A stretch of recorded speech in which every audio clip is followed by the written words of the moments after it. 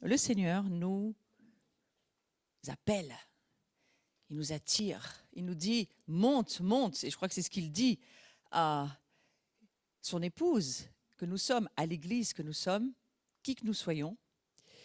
Il nous dit que Dieu nous attend, il nous attend, parce qu'il veut passer du temps avec nous, il veut nous parler, il veut que nous puissions entendre sa voix.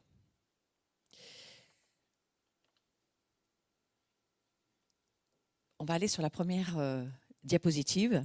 Merci de pouvoir me la mettre, voilà. Et voilà, Dieu nous aime tellement. Dieu nous aime tellement.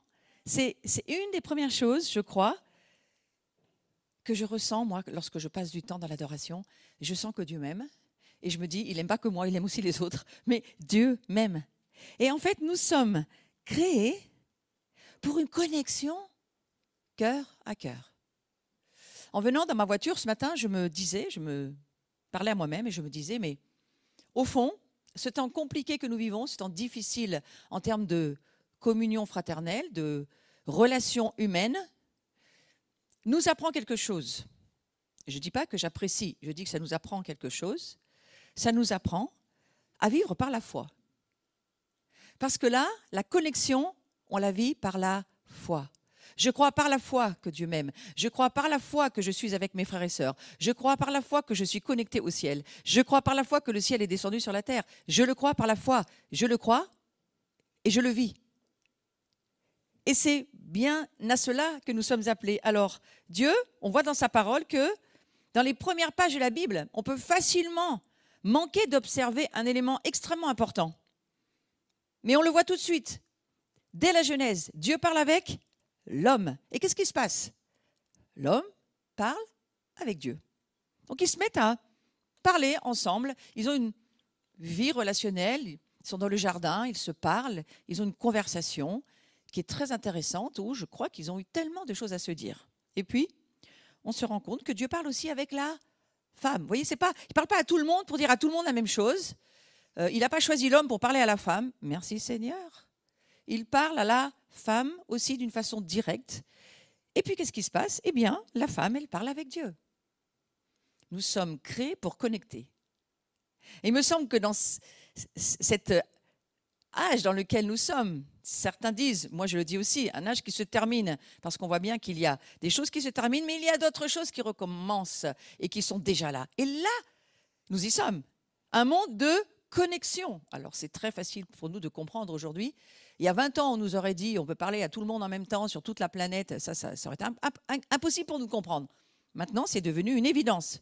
Donc effectivement, dans l'histoire du monde, il y a quelque chose qui a mal tourné, parce que ça marchait très bien à la base au départ. Et puis, la Bible nous raconte qu'il y a les bonnes et les mauvaises actions d'Adam et Ève. Dès le démarrage, il se passe un problème de connexion, justement. Il y a une connexion qui s'est coupée.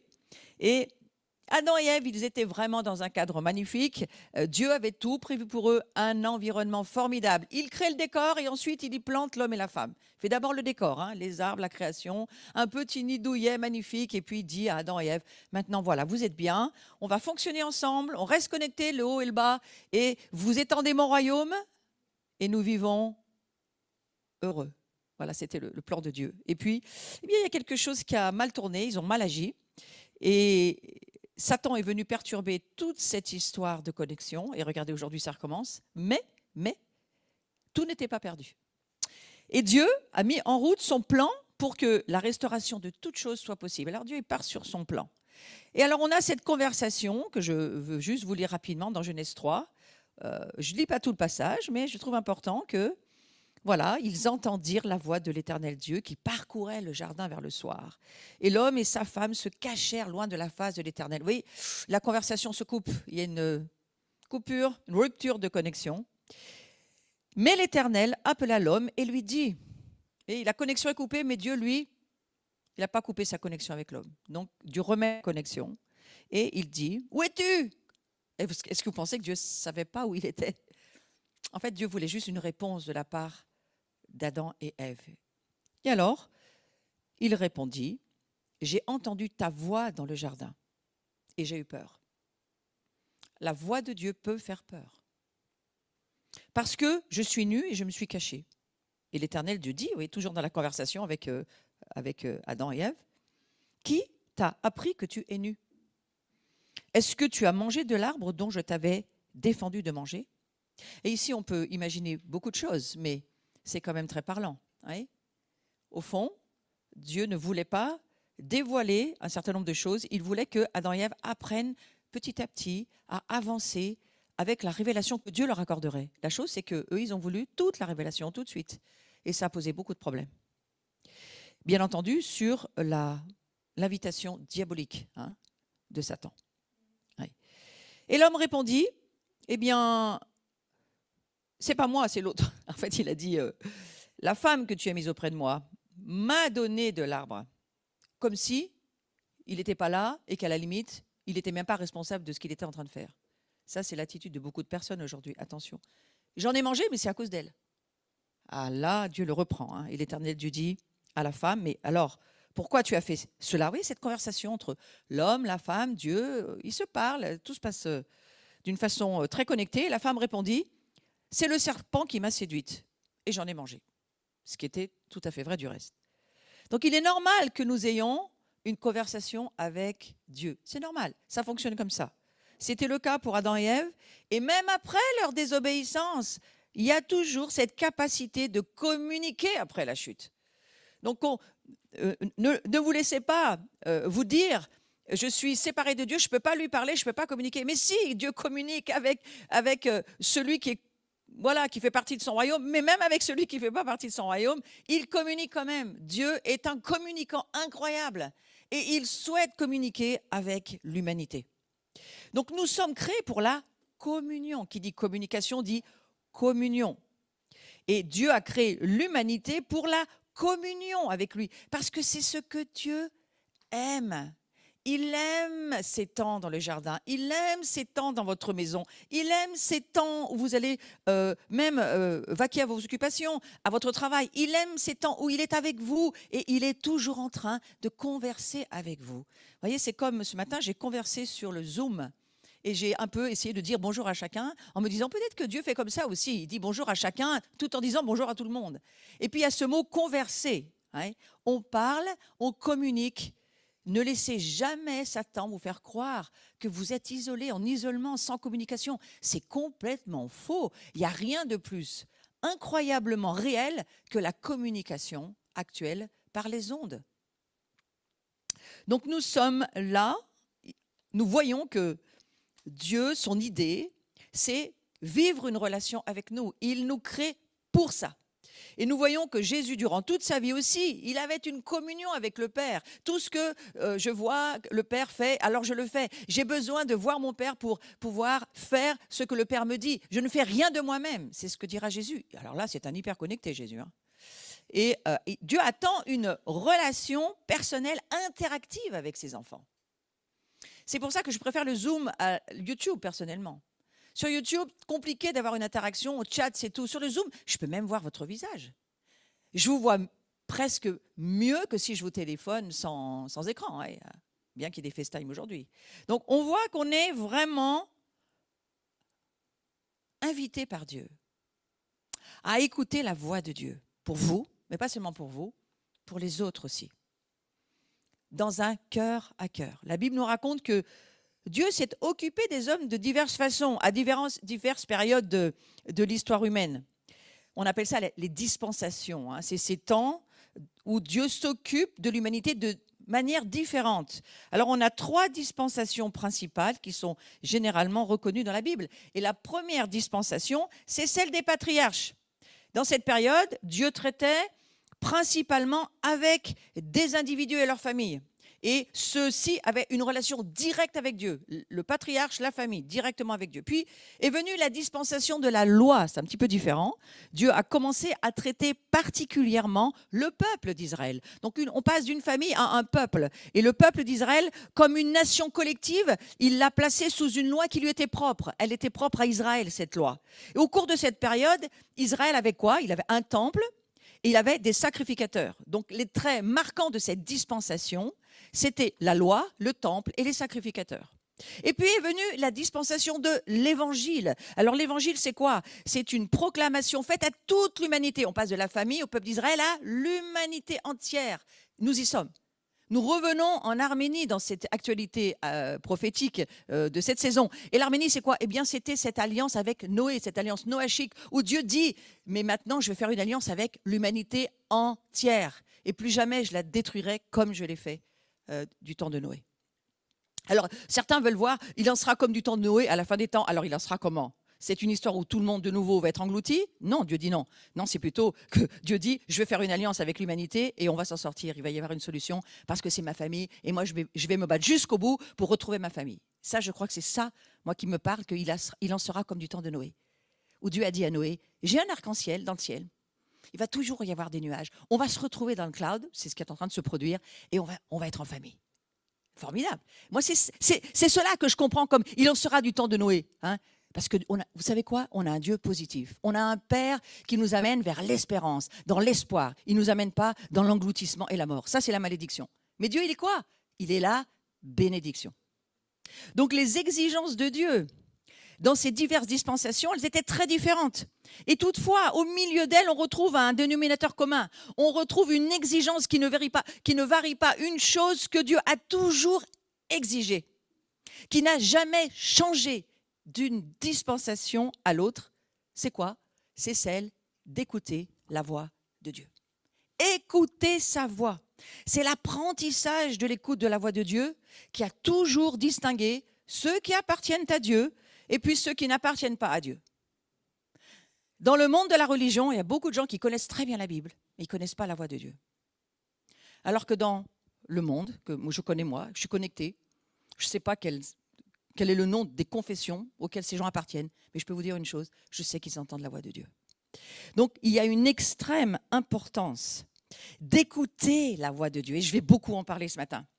Exode chapitre 15, verset 26, « Si tu écoutes attentivement la voix de l'Éternel ton Dieu. » Ce n'est pas si tu écoutes, si tu écoutes attentivement.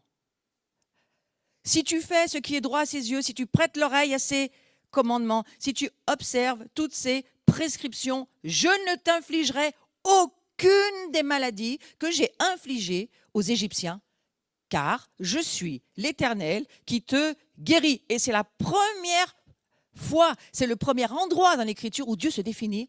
Il y a beaucoup de noms qui définissent Dieu. Ça, c'est le premier. C'est la première définition de son nom. Je suis l'Éternel qui te guérit. Alors, les Hébreux, ils disent quelque chose qui est très intéressant. Si tu veux entendre, écoute. Nous devons écouter la voix de Dieu avec nos deux oreilles, la droite et la gauche. C'est la première exigence. Si nous agissons ainsi, nous ne serons jamais malades. Dans les Écritures, presque partout où Dieu parle de la guérison, l'accent est mis sur ce que nous écoutons. Vous pouvez entendre, même entendre des paroles que Dieu voudrait vous adresser ce matin. Tu peux les entendre, mais ne pas les écouter. Si tu veux entendre, écoute. Juste après que Dieu ait sorti Israël d'Égypte et que les Israélites soient devenus son peuple racheté et allié, la première révélation particulière qu'il leur a donnée sur lui-même, c'est celui qui guérit. Je suis celui qui guérit. Ce n'est pas j'ai une capacité à guérir, hein, ça n'a rien à voir. C'est mon essence, c'est ma nature.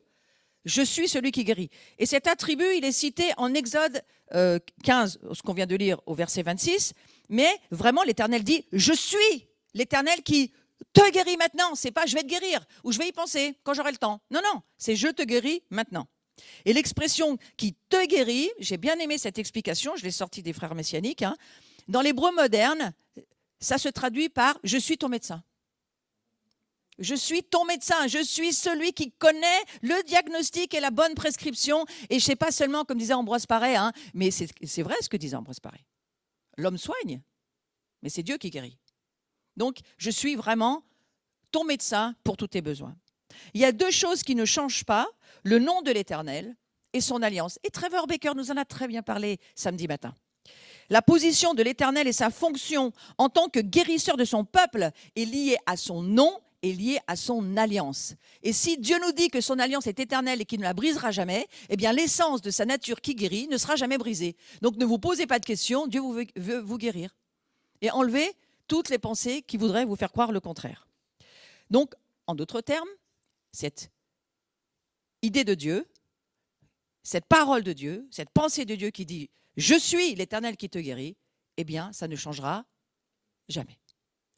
Plusieurs siècles plus tard, lorsque Jésus est venu à Israël en tant que sauveur et rédempteur, qu'est-ce que Jésus a fait? Eh bien, il a accompli les promesses du Messie. Il a accompli ce que le Père dit qu'il est. Il a vu son Père, sa nature. Il a dit, mais mon Père est une nature de guérison. Alors moi, je marche dans la guérison et qu'il accorde à chacun, à ceux qui croient en son nom, ceux qui demandent de l'aide, ceux qui ont besoin de l'être. Eh bien voilà, moi, je vais juste manifester ce que mon Père, il est. Il est la guérison. Et le ministère de guérison de Jésus ne venait pas de lui-même. Il était juste l'expression de la nature guérisseuse de Dieu et de son alliance de guérison avec son peuple. Le fondement du don de guérison et de santé de Dieu et à son peuple, c'est quoi le fondement? Le fondement du fait que Dieu veut nous guérir et qu'il nous dit « je suis la guérison ». C'est quoi le fondement? Eh bien, c'est sa parole. Parce que sa parole, les Saintes Écritures, elles ne passeront jamais. Donc, la guérison sera toujours là, jusqu'au retour de Jésus. Comme il est important de voir que la réponse de Dieu à nos besoins se trouve principalement dans sa parole.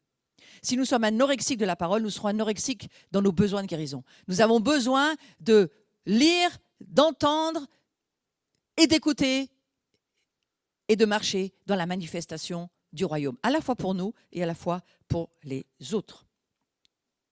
Il y a une clé pour une vie libre de toute maladie. Je viens de vous la dire, mais je vais vous la redire d'une autre manière. Si tu écoutes attentivement la voix de l'Éternel. C'est pas si tu lis la Bible à longueur de journée, et puis tu peux lire un livre et puis ne rien entendre, et surtout ne rien écouter. Tu peux lire, passer des heures à lire des textes.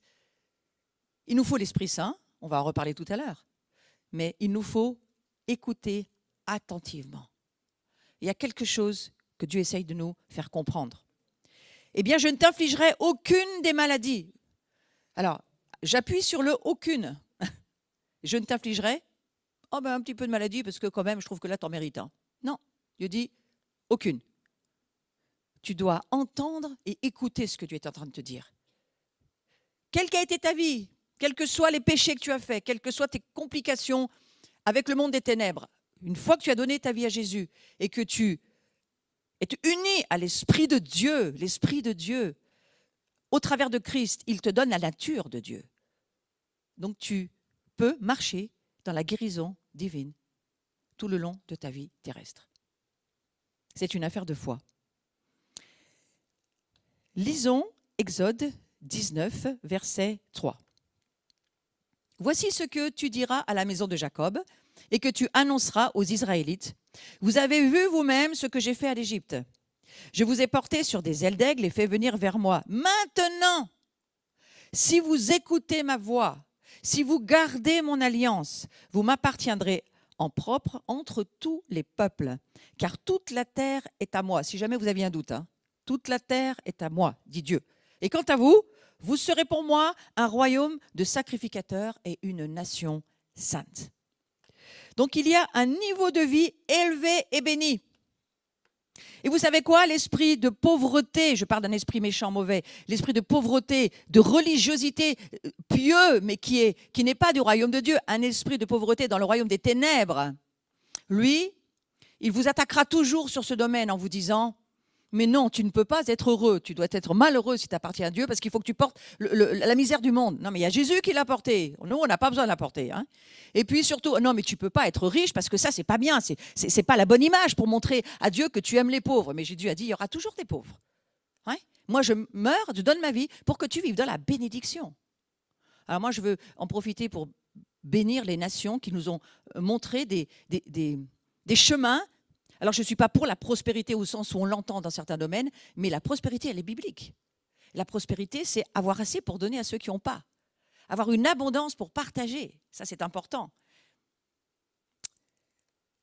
Alors, il y a un niveau de vie élevé et béni. Si vous écoutez ma voix, si vous gardez mon alliance. Moi, j'ai remarqué que souvent, ceux qui ont du mal à vivre dans la bénédiction, c'est parce qu'ils interprètent l'Écriture. Ils n'entendent pas la voix de Dieu. Ils prennent l'Écriture et ils raisonnent avec leur propre fondement charnel. Et là, ça nous amène dans un monde démoniaque. Comprenons que Dieu est esprit et qu'il parle à des êtres, à des hommes et des femmes, qu'il ramène, qu'il régénère, qui redeviennent d'une âme vivante un esprit vivifié. Et à partir du fait que nous sommes des esprits vivifiés, alors nous pouvons amener la manifestation du royaume. Le royaume est à portée de la main, dira Jésus. Tu peux l'attraper. Tu peux sortir de la malédiction, parce que Jésus, il est mort pour ça, pour que tu puisses attraper la bénédiction. Alors, qu'est-ce que ça nous donne, ce niveau de vie élevé?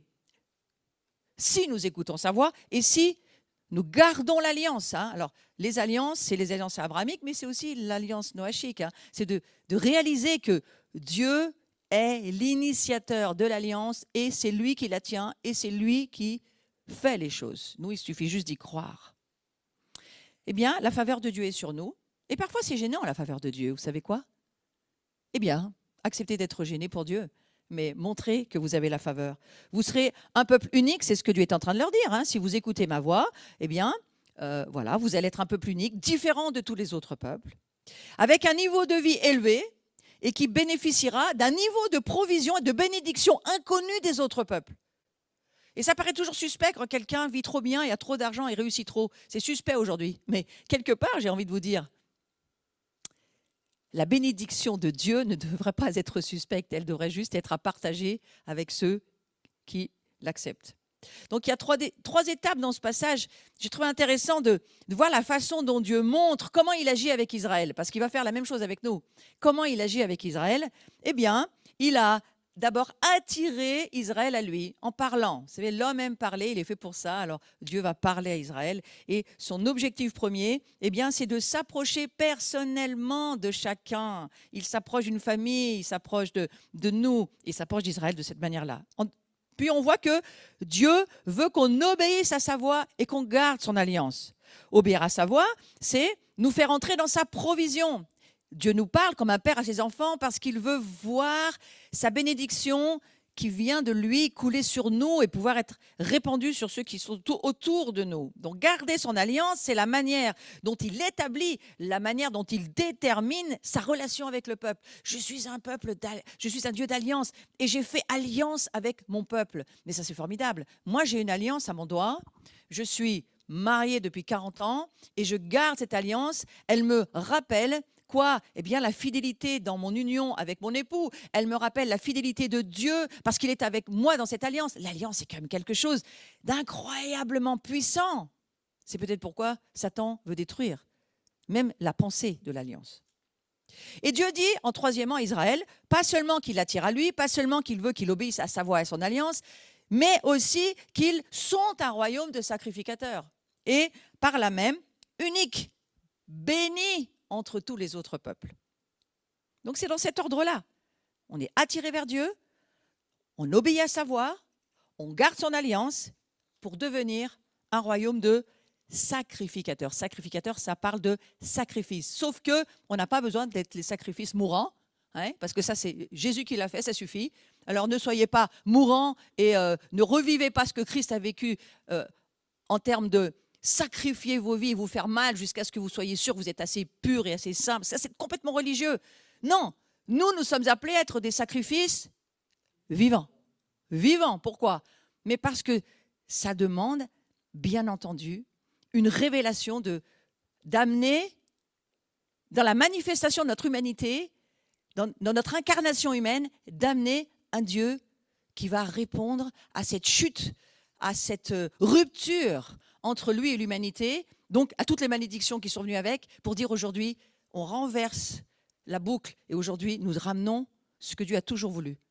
Une famille, un peuple béni, qui marche dans la prospérité, qui marche dans la joie, qui marche dans la paix, un royaume de paix, un royaume parfait. Vous savez quoi? C'est en train de venir, même si ce n'est pas ce que vous voyez encore autour de vous, c'est ce que vous pouvez commencer à vivre à l'intérieur de vous.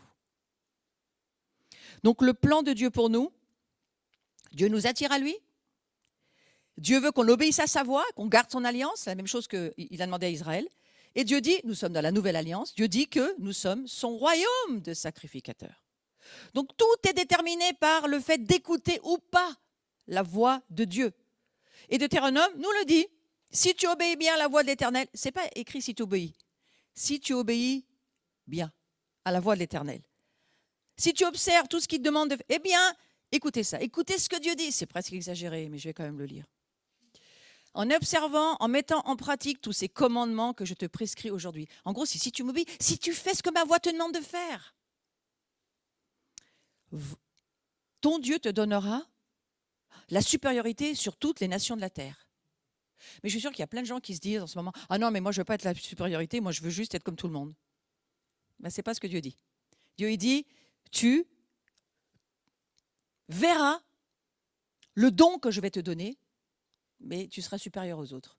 Oh, ça c'est quand même embêtant parce que alors l'orgueil il est où là? Mais si c'est Dieu qui te le donne et que tu n'en veux pas, ça va marcher. Voici toutes les bénédictions qui viendront sur toi et qui t'atteindront lorsque tu obéiras à la voix de l'Éternel. Voilà, si tu obéis à la voix de l'Éternel, tu vois que les bénédictions, elles arrivent. Tu vois qu'il y a quelque chose de supérieur, on va dire, sur toutes les nations de la terre qui étaient sous le joug des ténèbres. Eh bien, le royaume de Dieu, il est carrément supérieur. Donc ces paroles, elles ont été prononcées par Moïse. Et Moïse n'a pas péché, hein, à Israël, juste avant que les Israélites prennent possession de leur héritage dans la terre de Canaan. Donc c'est une sorte de récapitulation des exigences de Dieu, voyez-vous. De nouveau, ce qui ressort le plus, eh bien c'est quoi? C'est le fait d'écouter Dieu. Écouter la voix de Dieu. Et ce chapitre, il nous montre deux situations différentes que pouvait connaître le peuple d'Israël. Hein? D'abord, les bénédictions pour l'obéissance et ensuite les malédictions pour la désobéissance. Quel que soit le cas, c'est déterminé par le fait qu'ils écoutent ou n'écoutent pas la voix de Dieu. J'ai envie de nous dire, quel que soit notre cas, notre vie va être déterminée par le fait que nous écoutons la voix de Dieu ou nous n'écoutons pas la voix de Dieu. Alors, ne pensez pas que forcément, tout ce que vous entendez de tous les gens qui vous entourent, c'est la voix de Dieu. Hein. Même si vous êtes dans une communauté avec beaucoup de frères et sœurs et peut-être même beaucoup de pasteurs, des communautés qui ont plusieurs ministères, écoutez la voix de Dieu. La conséquence, c'est la bénédiction. L'autre facette vient de Deutéronome 28, verset 15. C'est l'autre facette. Si tu n'obéis pas à la voix de l'Éternel, ton Dieu, si tu n'observes pas, ne mets pas en pratique tous ces commandements, en gros, si tu ne fais pas ce que Dieu te demande de faire dans ce qu'il te dit que tu dois faire, voici toutes les malédictions qui viendront sur toi. Je ne vais pas vous les lire. Allez les lire vous-même. Et très sincèrement, personne ne désire vivre cela. Donc si nous obéissons bien à la voix de Dieu, nous avons toutes ces bénédictions. Et si nous n'obéissons pas, nous n'avons rien, que des malédictions. C'est l'exigence. C'est là l'exigence de Dieu. C'est là l'exigence de Dieu pour son épouse. Christ veut une épouse qui reconnaisse sa voix, une épouse qui entende la voix de l'époux. Pas qui connaisse le livre par cœur et qui ne connaît même pas la voix de l'époux. Il faut connaître le livre, c'est important, mais il vaut mieux connaître la voix qui a écrit le livre. Alors écoutez bien la voix de Dieu avec vos deux oreilles. Nombre 14, 22. Tous ceux qui ont vu ma gloire et les prodiges que j'ai faits en Égypte dans le désert et qui m'ont tenté déjà 10 fois. Écoutez là, soyez attentifs, écoutez ce que Dieu est en train de dire là. Et qui n'ont pas écouté ma voix. Vous voyez ? Ils ont vu la gloire, ils ont vu les prodiges, ils ont vu tout ce que Dieu faisait. Ils se sont habitués à voir tout ça. Ils n'ont plus du tout eu besoin d'écouter la voix. Ils ont fait qu'une seule chose, suivre Moïse. Attention, tout cela ne verront pas le pays que j'ai juré à leur père de leur donner. Tous ceux qui m'ont méprisé ne le verront pas. Et ce sera la même chose pour aujourd'hui. Moi, je préviens l'Église et je préviens l'épouse. Tous ceux qui n'écoutent pas Dieu, qui n'entendent pas sa voix, qui savent les choses par religion, en suivant les autres, parce que tout le monde le fait, je le fais, parce que c'est ce qu'on me dit sur les ondes. Attention, ce n'est pas ce que Dieu nous demande. Peut-être c'est aussi pour ça qu'il y a un tel manque, une telle lacune, on va dire, de guérison, alors que nous devrions marcher, rêvons ensemble, nous devrions marcher dans une santé divine continuelle, où, bien comme dans le désert, oui, On est dans un monde plein de virus, plein de maladies et plein de captivités. Mais nous traversons et c'est Dieu qui pourvoit. Dieu pourvoit la manne, Dieu a pourvu pour manger, pour boire, Dieu a pourvu. L'eau était empoisonnée, eh ben, ils sont arrivés, ils ont mis un bâton dans l'eau, c'était tellement la préfiguration de la croix. Et hop, l'eau est revenue potable. Est-ce que ce n'est pas ce à quoi Dieu nous invite de nouveau dans ce que nous avons besoin de vivre? Au-delà de la guérison, pour toutes les autres provisions et bénédictions, la clé c'est écouter la voix de Dieu. Au-delà de la guérison, au-delà de la délivrance, la clé, tu veux savoir ce que Dieu veut pour ta vie, va à la voix de Dieu. Ce principe s'applique dans le Nouveau Testament, on va le voir, par l'intermédiaire des prophètes. Dieu a rappelé à Israël cette exigence fondamentale qu'on vient de voir par Moïse. Eh bien, on voit aussi, on va passer un tout petit moment dans le livre de Jérémie, quelques secondes, Dieu réprimande les Israélites de ne pas avoir compris ce que Dieu exigeait d'eux et de ne pas y avoir obéi du reste. Et il leur dit, Jérémie chapitre 7, versets 22-23, « Car je n'ai point parlé avec vos pères, je ne leur ai donné aucun ordre, voilà, le jour où je les ai fait sortir du pays d'Égypte, au sujet des holocaustes et au sujet des sacrifices. » En gros, Dieu dit, j'ai rien dit là, j'ai absolument rien dit. Mais Dieu sous-entend, vous êtes tellement occupés avec vos offrandes et vos sacrifices. Vous savez, avec Dieu, parfois, il faut lire au deuxième degré. Quand Dieu dit quelque chose, ça veut dire, vous êtes tellement occupés avec tout ce que vous avez à faire, vos holocaustes, vos offrandes, vos sacrifices, tout ce que vous pensez que moi, je ne peux pas me passer de ça. Et finalement, eh bien, la chose la plus importante que je souhaitais pouvoir vivre avec vous, avoir une conversation avec vous, parler avec vous, que vous puissiez entendre ma voix, eh bien, je ne l'ai pas eu. Vous étiez occupés dans vos services. Moi, j'étais là, tout seul sur mon banc. Personne avec qui parler. Mais voici l'ordre que je leur ai donné, c'est la suite du Jérémie chapitre 7, verset 23. Voici l'ordre que je leur ai donné, c'est au passé composé. Écoutez ma voix pour que je sois votre Dieu et que vous soyez mon peuple. Donc, écoutez ma voix, je serai votre Dieu. Il me semble que ce reset, cette remise à zéro, cette réinitialisation que Dieu nous demande de faire, je crois que c'est un appel au secours de Dieu pour son épouse, son peuple, pour ce temps qui vient, qui se termine. Mais vous écoutez ma voix. Parce que je suis vraiment votre Dieu, mais il faut écouter ma voix. Et le verset 24 qui dit de Jérémie, ils n'ont pas écouté, ils n'ont pas tendu l'oreille. Ils ont suivi les conseils, l'obstination de leur cœur mauvais, et ils ont été en arrière et non en avant. Ils avaient perdu la bénédiction, ils avaient perdu la faveur, perdu parce qu'ils n'écoutaient plus Dieu. Donc c'était le problème d'Israël, de ne pas écouter, de ne pas avoir tendu l'oreille. Alors, essayons de prendre instruction, parce qu'il me semble qu'on devrait peut-être arriver à faire mieux, mais qui sommes-nous pour le savoir? Écoutez ma voix. Alors moi, j'ai pris cette décision d'écouter la voix de Dieu. Écoutez ma voix, je serai votre Dieu. Si vous voulez m'appartenir, si vous voulez appartenir au Seigneur, marchez dans ses voies. Chantez pas vos chants par habitude, lisez pas vos textes par habitude, sortez de la liturgie parfois, et elle est bien, mais parfois ça ne sert pas. Il faut entendre ma voix. Qu'est-ce que je veux dire aujourd'hui? À qui je veux parler? Qu'est-ce que j'ai besoin de prophétiser sur telle personne? Qu'est-ce que Dieu veut dire dans cette situation-là? Si vous voulez appartenir au Seigneur, marchez dans ses voies, profitez de ses bénédictions. Voilà ce qu'il vous dit, tout comme il l'a dit à Israël. C'est la marque des brebis. Jésus s'adresse à ceux qui croyaient en lui parmi le peuple d'Israël, mais il nous le redit dans Jean 10, versets 3 à 5. Le portier, lui, le berger, il ouvre. Et les brebis, qu'est-ce qu'elles font? Elles sortent. Pas comme ça. Elles entendent sa voix. Il ouvre la porte, personne ne sort.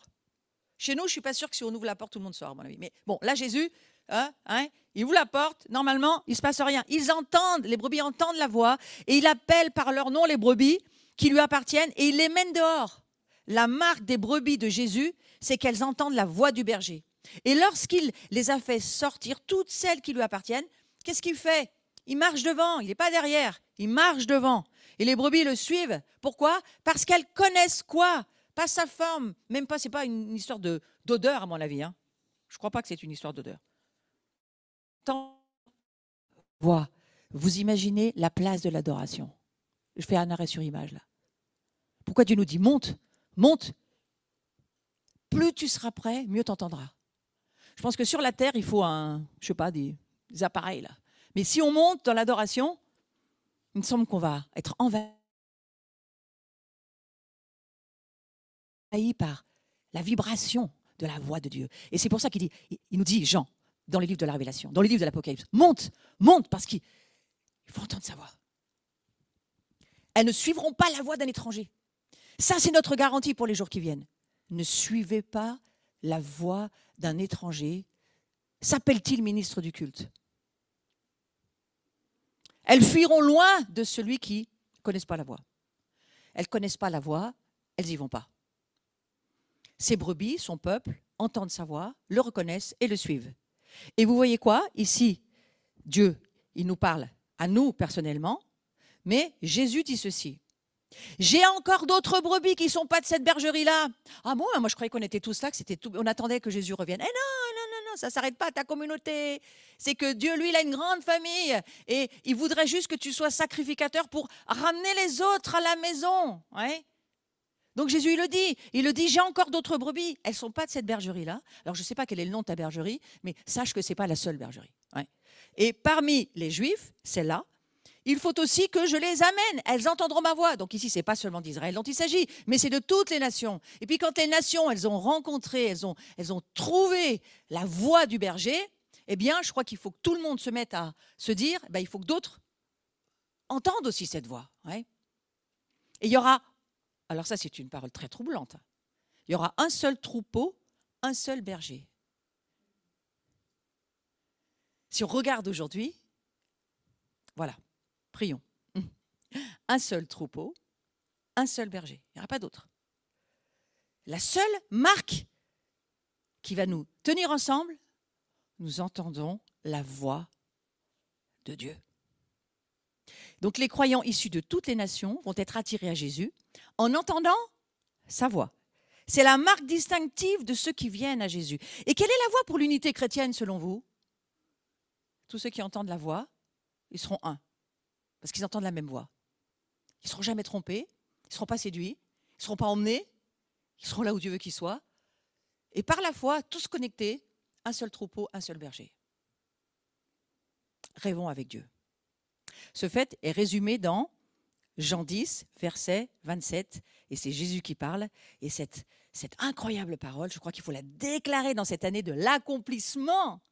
Cette année de la bouche, mégaphone qui parle fort.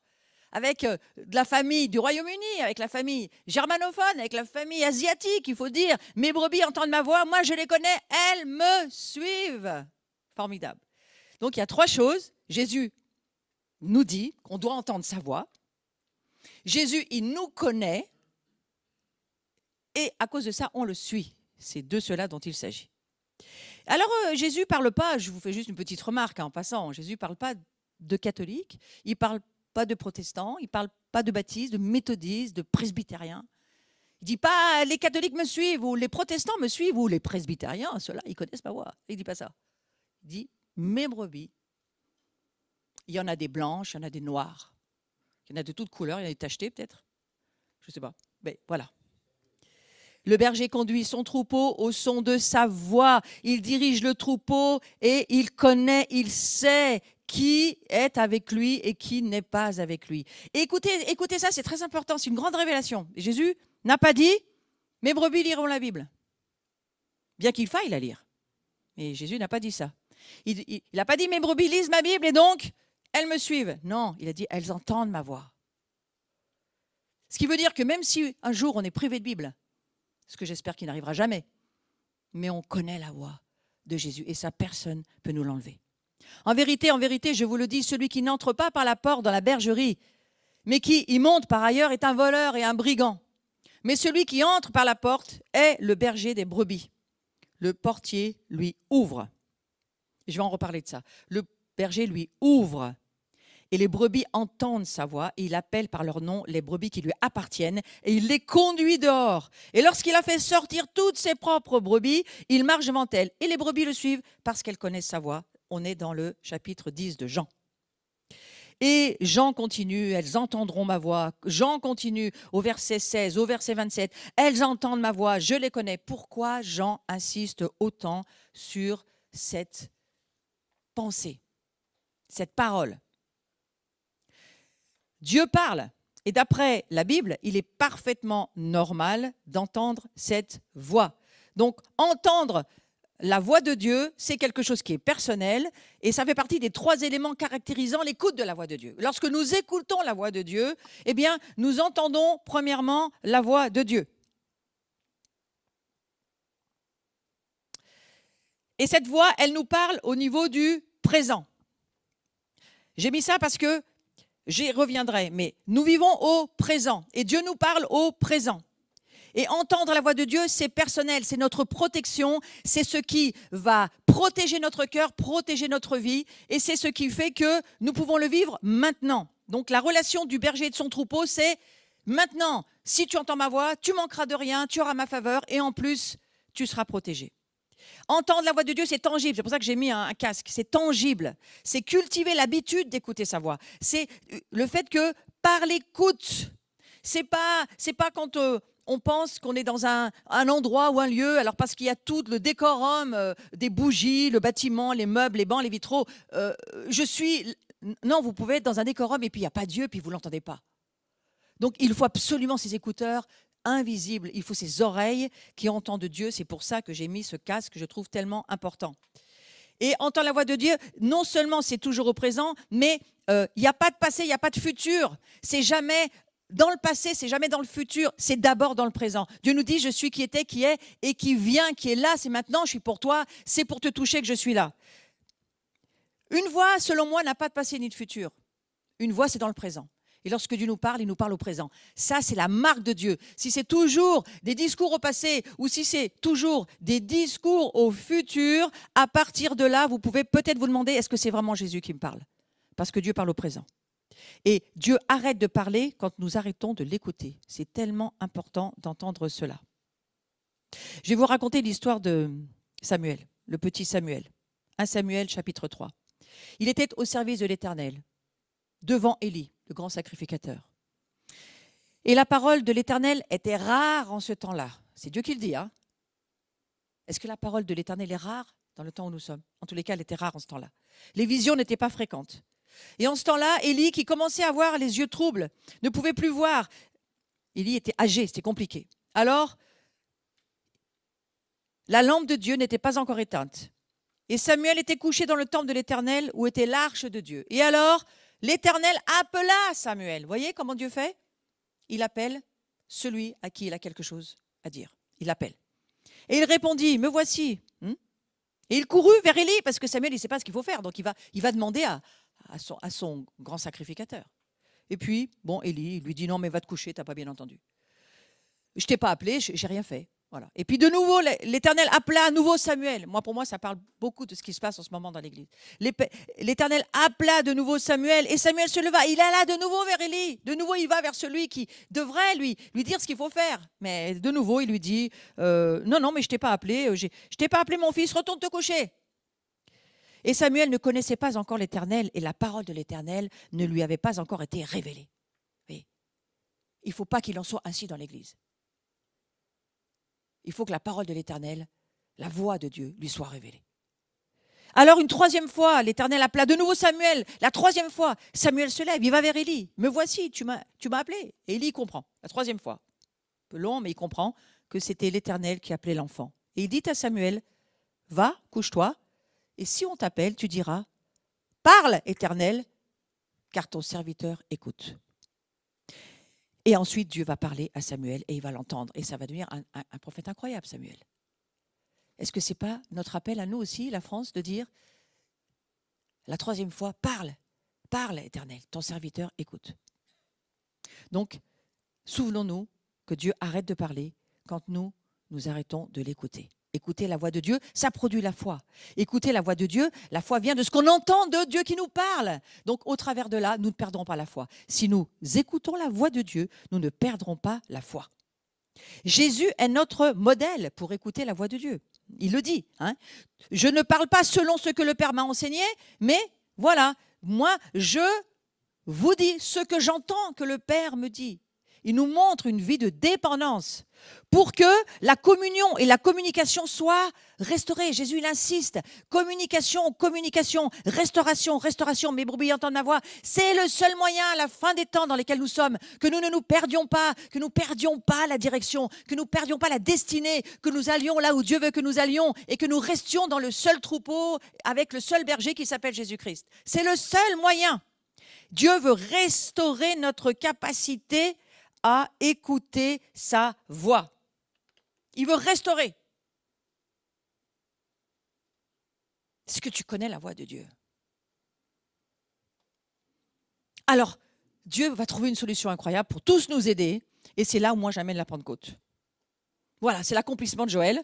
Je vais répandre mon esprit sur tout le monde. Pas sur une sacrificature particulière, pas sur une classe supérieure. Non, je vais répandre mon esprit sur tout le monde. Vos fils, vos filles vont prophétiser. Vos vieillards vont avoir des songes, vos jeunes gens des visions. Tout le monde va vivre dans la révélation. On va marcher dans le fleuve du feu de Dieu, de ses paroles, de ce qu'il nous dit. Et vous savez quoi? Partout où on va passer, le monde des ténèbres va trépasser. C'est ça que Dieu propose à la Pentecôte. Il nous propose un monde incroyable, un peuple qui entend sa voix, qui marche, qui prophétise, qui vit en connexion, super connecté, super branché. C'est ça, je crois, qu'il nous propose. Une déclaration que tout le peuple de Dieu allait entendre sa voix. C'est ça la Pentecôte. Est-ce que nous allons entendre sa voix? Vos fils, vos filles, prophétiser. Alors allons-y un petit peu plus rapidement. En tous les cas, l'apôtre Paul, lui, qu'est-ce qu'il a fait? Il a confirmé la prophétie de Joël. Il a dit ceci: je désire que vous parliez tous en langue. Mais ce n'est pas Paul qui parle, c'est Dieu. Mais parlez en langue. Encore une fois, Paul le dit, encore plus que vous prophétisiez. Parlez en langue, pourquoi? Parce que c'est un langage spirituel qui donne une force, qui édifie l'esprit de l'épouse de Christ, de l'Église. Et c'est ce langage-là qui va amener une force de frappe.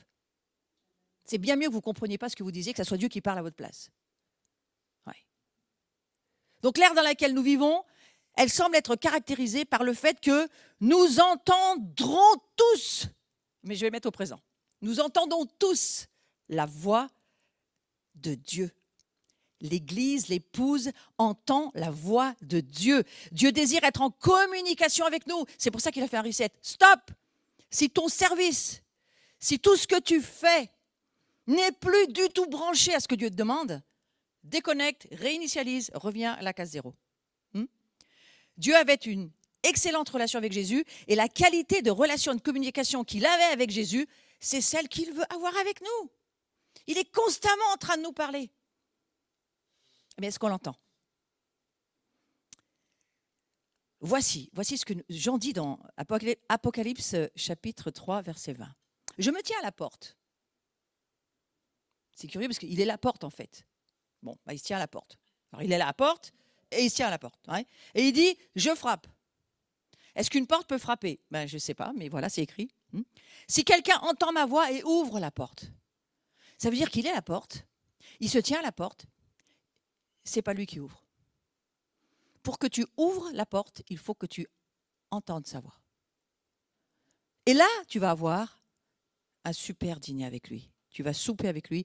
Et là, tu vas voir, ce n'est pas tellement le souper, tout le monde s'arrête sur le souper. Moi, je pense que c'est la conversation qu'il va y avoir. Il va y avoir une super conversation à table, très importante. Ouais. Donc, le vrai berger, il donne sa vie pour ses brebis. J'ai tellement aimé cette image, vous voyez, parce que je crois que le Christ, là, on voit une manifestation du Christ avec sa brebis sur son dos. Il la porte, elle pèse apparemment, elle n'est pas si légère que ça.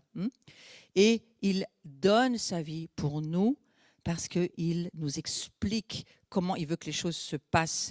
Et donc, il appelle les brebis par leur nom. Est-ce que tu as déjà entendu Dieu t'appeler par ton prénom? Moi, je l'ai entendu plusieurs fois. Mais vraiment, le Seigneur m'appelait personnellement. Pas seulement tu es ma fille, mais tu es Florence que j'ai choisie. Combien de fois j'ai entendu Dieu m'appeler par mon prénom? Je souhaite que ce matin tu puisses l'entendre. T'appeler par ton prénom. Il te connaît parfaitement. Il sait même le poids que tu pèses. Et lorsqu'il a fait sortir toutes ses brebis, eh bien, elles le suivent. Entendre la voix de Dieu, entendre par le fait que chaque brebis entend son nom et elle sait qu'elle lui appartient. Elle le sait. Elle est blottie contre les autres, mais elle sait que Dieu la connaît personnellement. Ce n'est pas un Dieu où on est noyé dans la masse, comme le voudrait l'esprit de Babylone.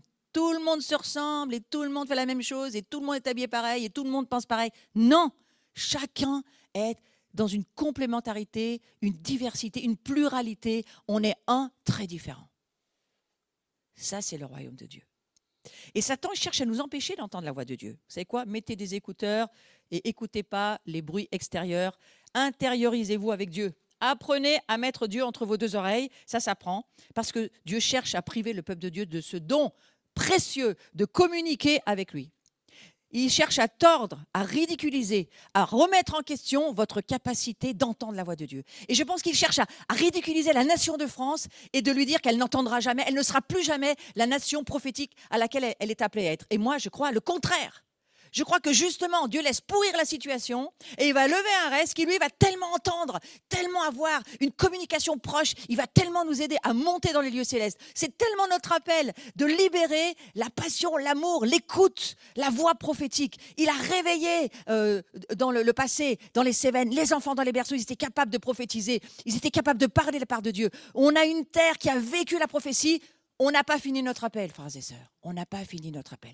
Que les nations viennent nous aider, mais on a un appel différent de celui du Royaume-Uni. Nous sommes bien ensemble, mais nous avons un appel différent. Et le Royaume-Uni le sait, et il nous demande aussi de l'aide.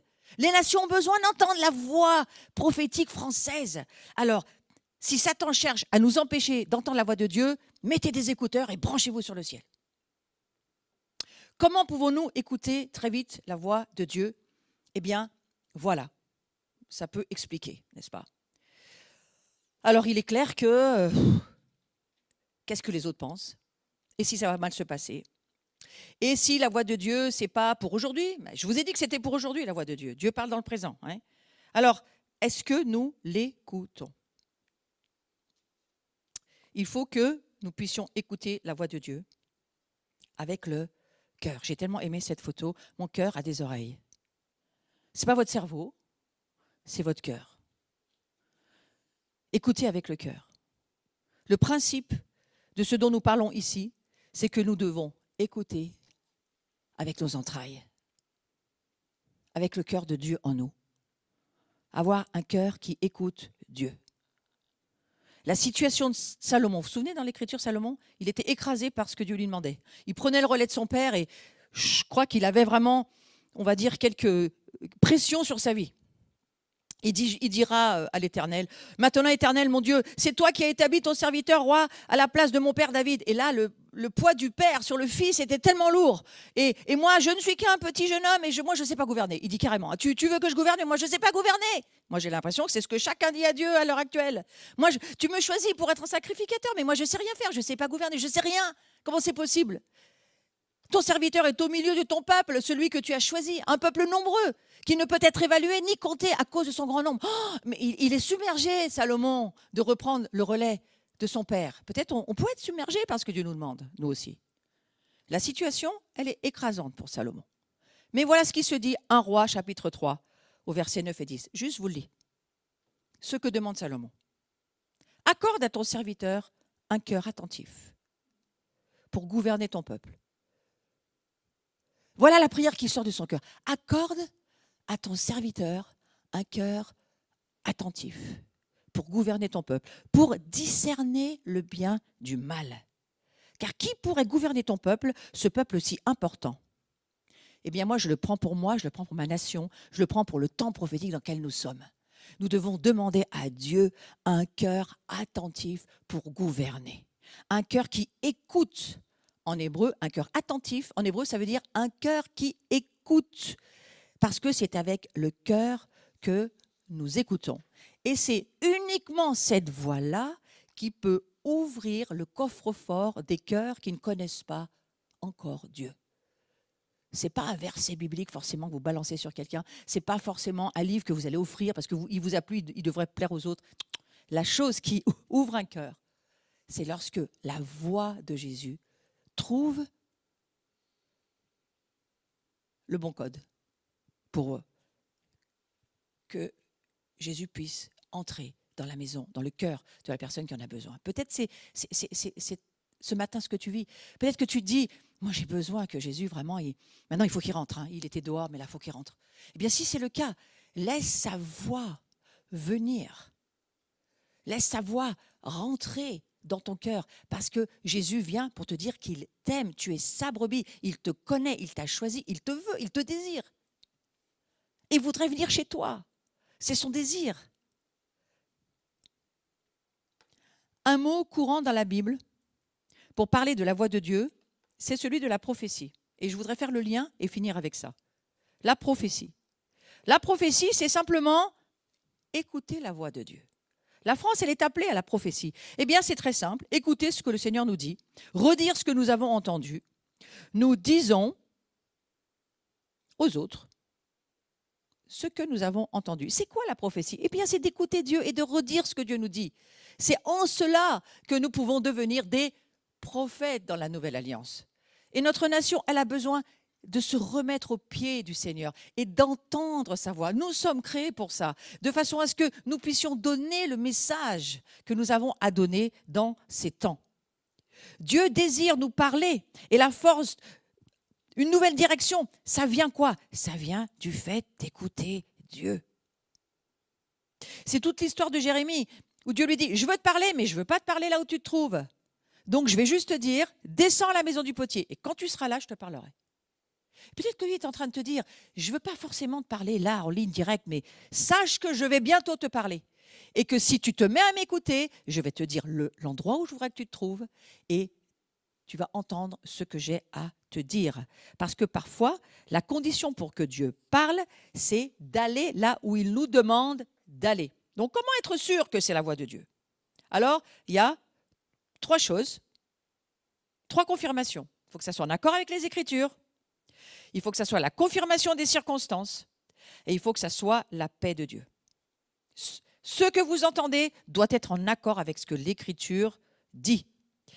La confirmation des circonstances, eh bien, vous voyez, c'est comme Jérémie qui le dit, il est allé, Dieu lui demande à un moment donné d'acheter un champ, et puis il dit, je ne sais pas si c'est Dieu d'acheter ce champ ou pas, alors j'attends. Et puis son oncle, la semaine d'après, lui dit, tu vois, moi, j'ai un champ à te proposer. Là, il sait. Il dit, j'ai compris, les circonstances me montrent que Dieu était en train de me dire la bonne chose.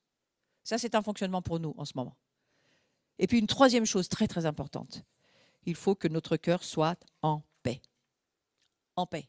La paix, c'est la manifestation du royaume de Dieu. L'accord avec les Écritures. Si on vous dit consultez ceux qui évoquent les morts, ceux qui prédisent l'avenir, qui poussent des sifflements, des soupirs, répondez, un peuple ne consultera-t-il pas son Dieu? S'adressera-t-il aux morts en faveur des vivants? Il y a tellement de gens aujourd'hui, même dans l'Église, qui prient les morts. Mais lisez l'Écriture, à la loi et au témoignage. Si l'on ne parle pas ainsi, il n'y aura point d'horreur pour le peuple.